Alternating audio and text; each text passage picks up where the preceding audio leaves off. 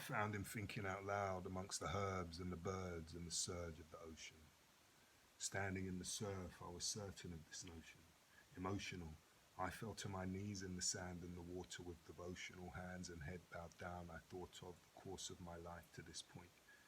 Anointed by a high tide baptizing me, eyes wide surprised to see a red horizon, the ball of fire sun descending. It was then that I befriended him.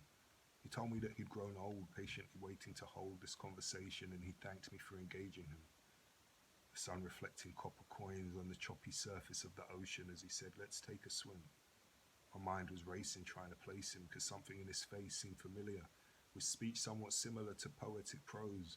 He talked as we walked into the waves as they rose, and the way that he chose to use the words that he spoke showed intelligence.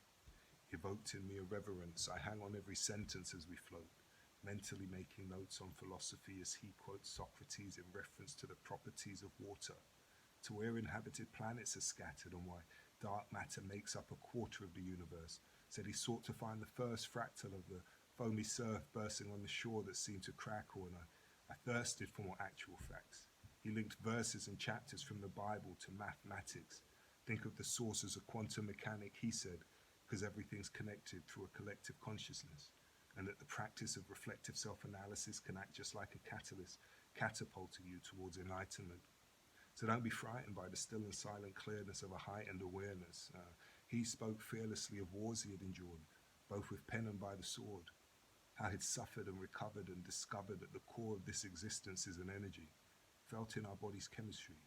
We feel it in our waters. It contains what the source taught us, a blueprint for suiting life upon this plane, like how to choreograph the routine for the dance that brings the rain. He said, if you can see the beauty in the eyes of hurricanes, then people looking at you will see a fury much the same when we remained in the waves through to twilight.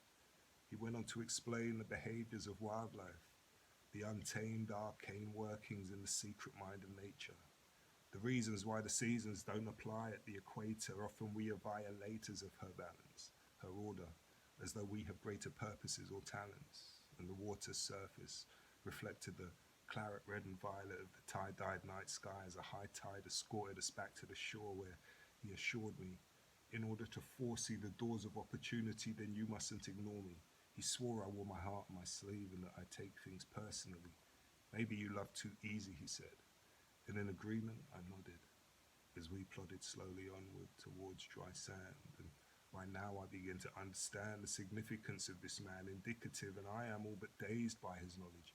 He stated slavery is not abolished. This evolved into a bondage of the mind, brainwashing, hypnosis of a kind. Have you noticed how we haven't had time to talk till now? He furrowed his brow, and for an awkward moment I doubted his presence.